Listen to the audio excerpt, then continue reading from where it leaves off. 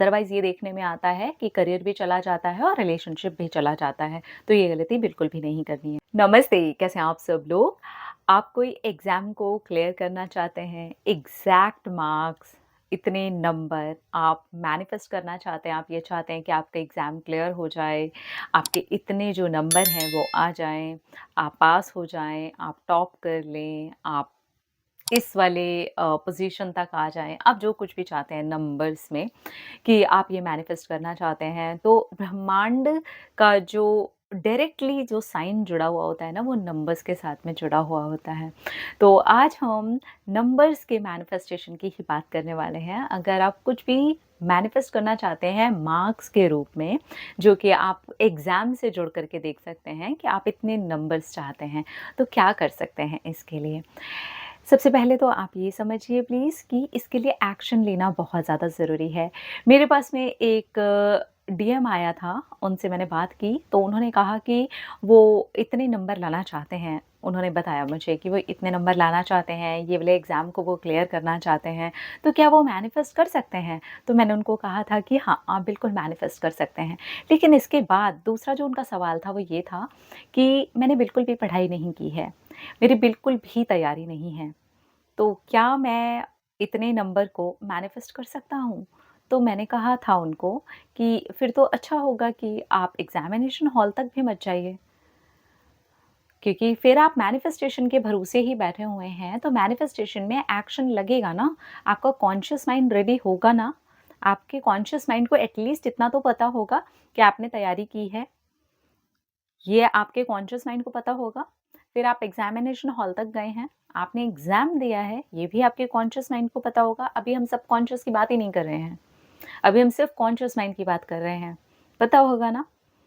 आपने वहाँ पर अपना जो एग्ज़ाम था वो दिया है, इतना भी पता होगा। आप वो दे कर के घर आए हैं, इतना भी पता होगा, ठीक है?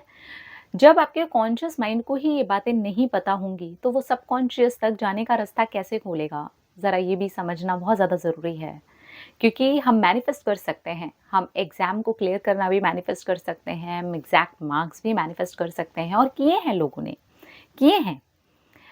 मेरे पास में बहुत सारी ऐसी सक्सेस स्टोरीज़ आई हैं। मैंने पहले भी एक डिज़ायर्ड मार्क्स का, डिज़ायर्ड मनी जो अमाउंट होता है आपका, वो आप मैनिफेस्ट करना चाहते हो, तो इस पे वीडियो डाला था। उसके नीचे बहुत सारे कमेंट्स हैं, जहाँ पर लोगों ने लिखा है कि जितना उन्होंने चाहा उन्होंने उतने मार्क्स जो हैं वो मैनिफेस्ट किए हैं। उन्होंने एग्ज़ाम्स को क्लियर किया है। तो यानी कि सीधा-सा आंसर ये है कि ये हो सकता है, पर आपके कॉन्शियस माइंड की तरफ से ये मैसेज होना चाहिए कि आपने एक्शन लिए हैं। अगर आपके एक्शंस के अंदर ही आपके कॉन्शियस माइंड को ये मैसेज ही नहीं है कि आपने एक्शन लिए हैं, तो वो सबकॉन्शियस तक पास क्या करेगा? ठीक है? तो इसलिए एक्शन यहाँ पे बहुत ज़्यादा ज़रूरी हैं। आपकी अच्छे तरीके से तैयारी होनी बहुत ज़्यादा ज़रूरी है और आपका एग्ज़ामिनेशन हॉल में शांति से बैठ कर के एग्ज़ाम को देना बहुत ज़्यादा ज़रूरी है। अब जब आपने तैयारी करी, उस बीच की बात करते हैं। जब आप तैयारी कर रहे हैं, आप जितने भी नंबर मैनिफेस्ट करना चाहते हैं, आप जितना भी है वो स्कोर जो भी है, ठीक है? उससे कम से कम 5% आप ऊपर का स्कोर जो है वो लिखिए, बोलिए। अगर आप बिल्कुल टॉप करना चाहते हैं तब तो ऊपर जाएगा ही नहीं। लेकिन आपका मान लीजिए कि आप 85 करना चाहते हैं, ठीक है? तो आप उसमें +5 कर दीजिए, तो वो 90 हो गया, राइट? आप थोड़ा-सा और भी बढ़ाना चाहें, तो आप बिल्कुल बढ़ा सकते हैं। बचपन में मैंने एक बात सुनी थी और इस चीज़ ने हमेशा काम किया है। मुझे बचपन से ये वाली बात पता थी और मुझे लगता है कि आप लोगों में से भी बहुत सारे लोगों ने ये वाली बात सुनी होगी। जहाँ पर हमारे टीचर्स ने हमको ये वाली बात बोली थी कि देखो अगर आप 80% नंबर चाहते हो, तो आपको एटलीस्ट 100% की तैयारी करनी पड़ेगी, एटलीस्ट कम से कम है ये। वरना आप टॉपर बनना चाहते हो तो फिर टॉपर लेवल की तैयारी बिल्कुल अलग ही है। आप 80% चाहते हो तो आपको 100% की तैयारी करनी पड़ेगी। ये मैंने बचपन में सुनी थी बात। आप में से भी कितने लोगों ने सुनी है, आप बताइएगा, ठीक है? क्योंकि हमारा जो माइंड है, वो कॉन्शियस माइंड एक मैसेज पास करेगा, यार मेरी तैयारी बहुत अच्छी है, मैंने तो 100% तैयारी की है। फिर मैं जब 80% माँगती हूँ, तो वो बहुत आसानी से पूरा हो जाता है, ठीक है? आप 80% चाहते हैं आप 50% चाहते हैं, तो आपको 80%, 60, 70, 80% इतनी तैयारी आपको करनी पड़ेगी, तब जाकर के आपके 50% जो है वो नंबर आएँगे। तो इसलिए आपकी जो तैयारी है, उसको बहुत हाई क्वालिटी वाली रखिए।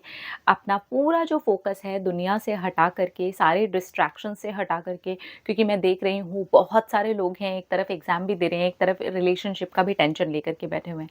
तो पहले जो प्रायोरिटी है वो अपनी एग्ज़ाम को ही दे दीजिए, क्योंकि रिलेशनशिप पे आप बाद में भी काम कर सकते हैं। अदरवाइज़ ये देखने में आता है कि करियर भी चला जाता है और रिलेशनशिप भी चला जाता है, तो ये गलती बिल्कुल भी नहीं करनी है, ठीक है? 5% नंबर ऊपर लगाएँगे जब आप तैयारी कर रहे हैं, आप इसको कहीं पर चिपका दीजिए। जहाँ पे आप स्टडी करते हैं या तो वहाँ चिपका दीजिए, या फिर कुछ ऐसी आपकी बुक्स हैं जो आपकी डेली पढ़ने में आती हैं, बार-बार पढ़ने में आती हैं, उसके एकदम फ्रंट पेज के ऊपर आप ये लिख दीजिए कि आपने इतने नंबर क्लियर कर लिए हैं, आपको इतने नंबर मिले हैं। इस साल में आपका ये नाम है, आपका ये रोल नंबर है और आपने इतने नंबर क्लियर कर लिए हैं, ठीक है? आपने पास कर लिया है, ठीक है? जिस भी तरीके से आप लिखना चाहते हैं इस चीज़ को एज़ इट इज़ लिखिए। आपका नाम, आपका रोल नंबर और आपके डिज़ायर्ड मार्क्स से 5% मार्क्स ऊपर, थोड़े से ऊपर, 5 से ऊपर भी जा सकते हैं आप, मैं 5% बता रही हूँ आपको, ठीक है? 5%, 7%, टॉप करना है तो फिर तो टॉप ही होगा वो, ठीक है? अब ये वाली जो बात है वो क्लियर हो गई, ठीक है? इसके बाद जब आप एग्ज़ाम देने के लिए जाते हैं, एग्ज़ामिनेशन हॉल में आपको कृतज्ञता बोल के अपने एग्ज़ाम में बैठ जाना है। Thank you so much universe, मैंने ये एग्ज़ाम बहुत अच्छा दिया है, इसका रिज़ल्ट बहुत अच्छा आया है, मेरे इतने-इतने नंबर जो आपने लिखा है ना, वही सेम नंबर आपको बोलना है और वहाँ पर अब आपको अपना एग्ज़ाम जो देना शुरू कर देना है। जब आपका एग्ज़ाम आपने दे लिया, उसके बाद जब वो हो गया और आप वहाँ से बाहर निकल रहे हैं, आप कोशिश करें आप बाहर आने के बाद अपने घर तक आने पर बहुत ज़्यादा लोगों से बातें ना करें। आप सिर्फ मन में पूरे कृतज्ञ भाव से आएँ कि आपने जो अभी-अभी एग्ज़ाम दिया है, वो बहुत अच्छा दिया है और आपने इतने नंबर का कर लिया है क्लियर और आप पास हो गए हैं। पूरे कृतज्ञ भाव से घर आएँ और इसके बाद एकदम शांत हो जाएँ। अब इसे यूनिवर्स को सरेंडर कर दें।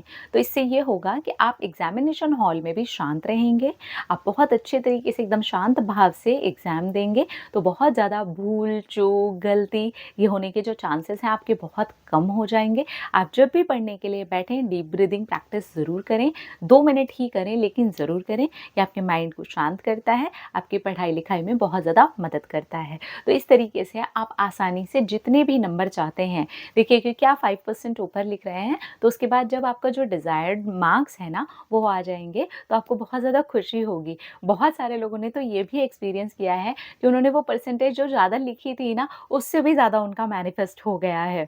तो ये होता है और ये हुआ है, ये रियल में हुआ है, ये रियल में होता है। तो इस प्रकार से आप भी बहुत आसानी से मैनिफेस्ट कर सकते हैं।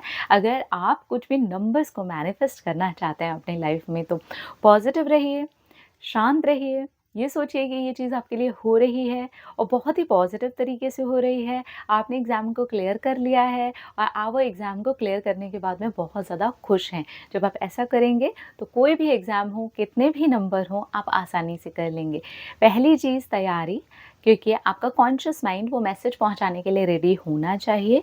तैयारी के बीच में जितने भी आने वाले डिस्ट्रैक्शंस हैं, आपके लिए ऐसा लगता है आपको कि आप उन चीज़ों से दूर जाते हैं, उन सारे डिस्ट्रैक्शन से हट के अभी प्राइम जो फ़ोकस है वो आपका एग्ज़ाम होना चाहिए, उसकी तैयारी होनी चाहिए। इसके साथ-साथ कृतज्ञता, एग्ज़ामिनेशन हॉल में पहुँचने के बाद में कृतज्ञता, वहाँ से निकलने के बाद में पूरा कृतज्ञता का भाव लेकर के घर आ जाइए। आप देखेंगे कि आप कितनी जल्दी और कितनी आसानी से इसे मैनिफेस्ट कर लेते हैं। अपना रखिए ख्याल, अपने आप से कीजिए ढेर सारा प्यार ताकि आप अट्रैक्ट करें ढेर सारा प्यार। I love you all. Tata.